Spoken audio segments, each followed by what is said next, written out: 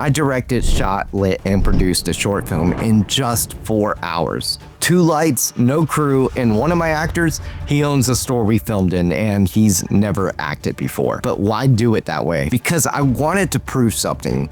You don't need a massive team or a big budget to make something that works, but doing it solo does come with trade-offs. So in this video, I'm going to show you the short film first, and then I'm going to break down what worked, what didn't, and how you can avoid the same mistakes that I made.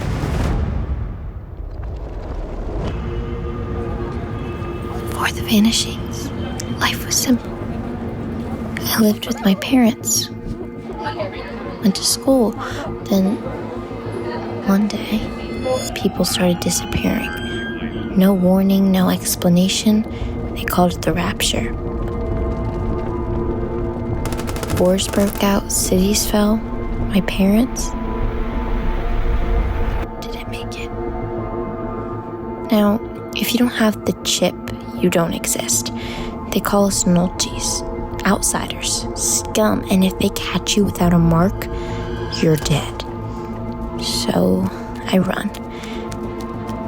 It's about staying alive, but even in a world like this, maybe there's still something left to fight for.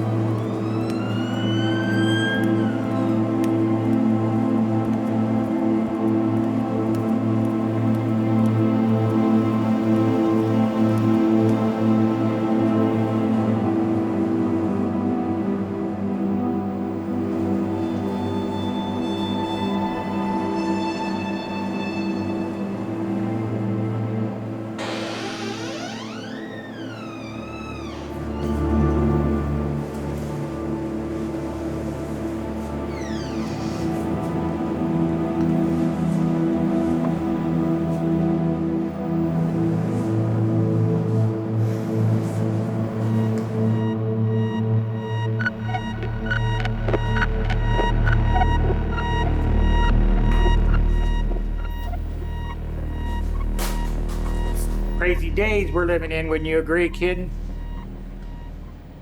Oh, yeah. How's your day going? It's crazy what they're doing with these nulties. Just the water? Yeah.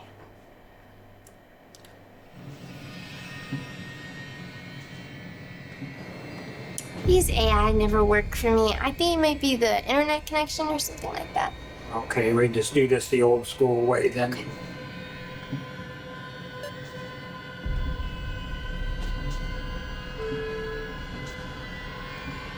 Honey, I'm gonna need some help over here.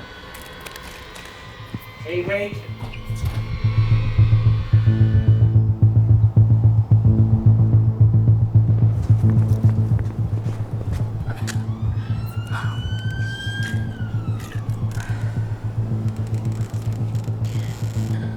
Stay focused, Nancy.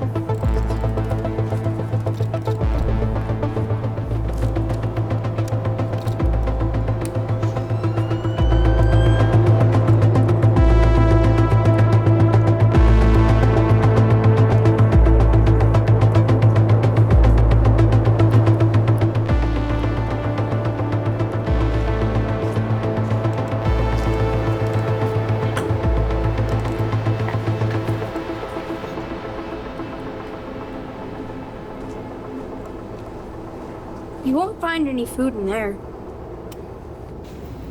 You're one of them, aren't you? What? No? You don't have to lie. Who said I was lying? Who says you're not? I know how to get you food. I'm a Nulty man myself. Jesus! Are you trying to get us both killed? Dad! Dad! Look, I gotta run. But if you want resources, find Ethan. He will help you.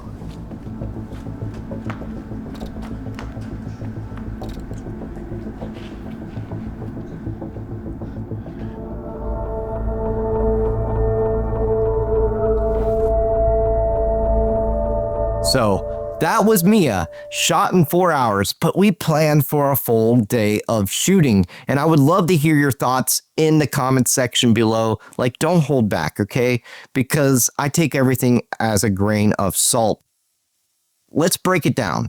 I'm going to walk you guys through how we pulled this off in real time. Like what actually helped us move fast, where I dropped the ball, and what I changed next time so your shoot will run smoother than mine. The point of this shoot wasn't to prove I could do it alone. It was literally just to teach you guys what is possible when you remove every single excuse. That means no waiting on funding, no waiting on the right time, just a locked script, a tight plan, and a commitment to get it done. That said, I don't recommend doing it this way unless you want a serious gut check. Here's what I was working with. One A-cam, which was the Blackmagic Pocket Cinema 4K, one lens, the DZO Film 20-70, two lights, which I was using the Aperture 300D with absolutely no modifiers, and a ambidful tube light for a fill, and that was it. And then I had a sound recordist and a BTS shooter, which was literally 90% of the full budget of $600 for this set. Everything else, that was on me. And that only worked because the plan was dialed in. Shot list, it was locked in. The location was prepped. The timing was down to the millisecond. This wasn't chaos, right? This was controlled stress. And it worked, but barely. The shot list, it kept us moving. I wasn't inventing shots on set. I was executing. And using those two lights forced me to be intentional about everything. I only used those lights in the ice cream shop, and the rest of it, I was outside using natural light. And using those two lights in the ice cream shop meant that I had no time to finesse. I could only shape and go. My non-actor friend that was on set, well, I felt like he was actually the heart of the entire story. He brought real presence and authenticity over the polish, and the entire set, it was focused, which meant there was no egos, no noise. We just got it done. All of that let us shoot the full thing in under 4 hours, which we planned for, the full day of shooting. And you can watch the full pre-production process with this playlist right here. That speed, it came at a price. I wasn't directing, I was more like managing between, the lighting, the blocking, the camera, which I felt that I wasn't as present with my actors as I should have been. And in my opinion, that hurt the performance depth. Also, I didn't get all the coverage that I wanted. Some moments could have actually hit harder with an insert or a tighter reverse, but I had to move on, which meant there was no time for reset. Plus, my focus was all over the place. Let me just be real honest with you guys. When you wear multiple hats on set, you can't put your full attention in all the hats you are wearing, right? Some sort of detail will be missed and you will pay the price in the editing stage. Some shots on here had soft focus, which meant they were not completely sharp because I was juggling too much at once. And lastly, I was mentally fried by the end of everything. I planned hard, but executing all of it at once, well, that's a lot for anyone to undertake. And to be honest, I took a nap afterwards. But even when everything's going well on a film set, the tension will build and that will leave you running on pure adrenaline. And when you're running on adrenaline, you will rush through things that you don't want to rush through. Like you'll be missing details that are important, like the soft focusing on a few of the shots here, right? And maybe I'm being too hard on myself, but that's the point. Self-critiquing is how you grow as a filmmaker. It's not self-doubt, it's direction.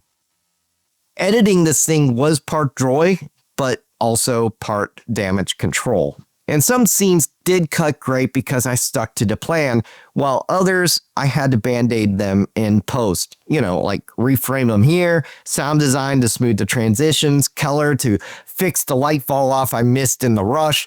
And I mean, the outdoor shots could have been a lot better as well. And that's only if I had the extra time to set up the 8x8 or a 6x6 just to soften the available light. Natural light is great, right? It does allow you to put more attention in other areas, but let's just be real frank. Natural light can be both your friend and it can be your enemy at the same time, because it constantly shifts and it doesn't stay consistent, which is fine, but you got to have control over it. You know, back in the day when I was learning photography, my teacher taught me that the key to salt lighting is you don't allow the light to control you. You control the light. And I think that's just something that we all need to keep in our head as we continue to evolve as filmmakers, right? All in all, though, at the end of the day, I got it over the finish line, but I spent more time fixing than finessing.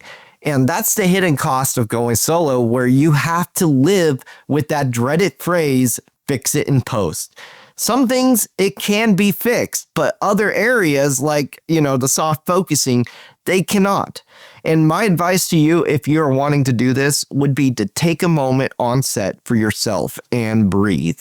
Slow down and remember, there is no need to rush. Just enjoy the experience and enjoy the time you have creating something with your film family. This industry is literally all about connections and who you know, right? And first impressions actually matter. If I was going to do this all over, this is what I would have done a little bit differently. I would have ditched the fancy cinema camera and used either the Sony FX3, the A7 IV, or anything that has autofocus, because that would have removed one of the biggest obstacles I had to juggle. And let's just be honest, with short films, they're probably just going to film festivals, and you don't need a fancy cinema camera to actually get it done. You just need to get it done and get it out there and tell the story. Tell the story intentionally. Tell the story as real as you can get, right? And the other thing is I would have brought one extra person, either a gaffer, an AC, a grip, or anything that could have just helped me focus more on the directing. And I would have also simplified the blocking even further. Like, the cool shots did come at the expense of performance and excess time for setup. Like, the dolly shots that I did, I could have done them in post, right? And I mean, honestly, it wouldn't have looked as realistic as actually using a dolly on set, but you could have got there, and that would have removed another big obstacle for me because of the extra time it takes for setup and for breakdown. Also, I would have spent more time up front with the non-actor. I would have worked with him more on a one-on-one basis a few days prior to shooting, and that would have just allowed me to establish more trust with him and allow him to open up more on the set. Lastly, I would have slowed down. Like I mentioned, slow down. There's no need to rush, right? There is literally no reason to rush. Now, if you guys are trying to shoot a short film on your own, this is actually for you. I mean, you're probably like me. You probably have a family, you probably have a full-time job, or not enough time, not enough help, and a drive to make something real. Let me say that you can do it. I'm telling you this because I literally did it. It's not easy, but is it worth it? 100%. You just need to know this. Preparation is your only safety net. If you're walking in guessing, well, you're done, and there's absolutely no going back. One thing that I stress the most is pre-pro. The more you prepare for the production, the better and the more efficient your set will run. So plan hard, keep it simple, shoot fast, and continue to evolve and grow. Now, let me ask you, what's stopping you from shooting your short film? Is it time, crew, gear, or even the fear of the unknown? Tell me in the comments, because honestly, I probably have been there and I can help you go through it, okay? You're not alone, and I want to build this as a family on this channel. Do you guys want to see how it all came together? The gear, the lighting, the problem solving? Watch this video next, and I'll see you in the video.